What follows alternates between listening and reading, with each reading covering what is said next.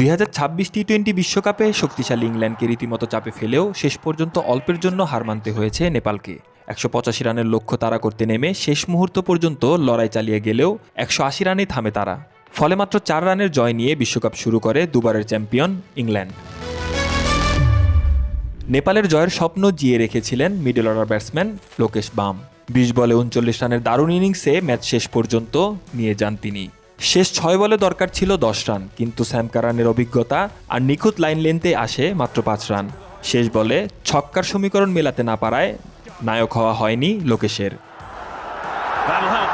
এর আগে 42 রানে 2 উইকেট হারানোর পর দীপেন্দ্র সিং ঐরি ও অধিনায়ক রোহিত পাটেলের 84 রানের জুটিতে ম্যাচে দারুণভাবে ফেরে নেপাল। তবে ম্যাচের গুরুত্বপূর্ণ সময়ে পরপর 2 ওভারে ঐরি ও পাটেলের আউট হলে চাপ বাড়ে।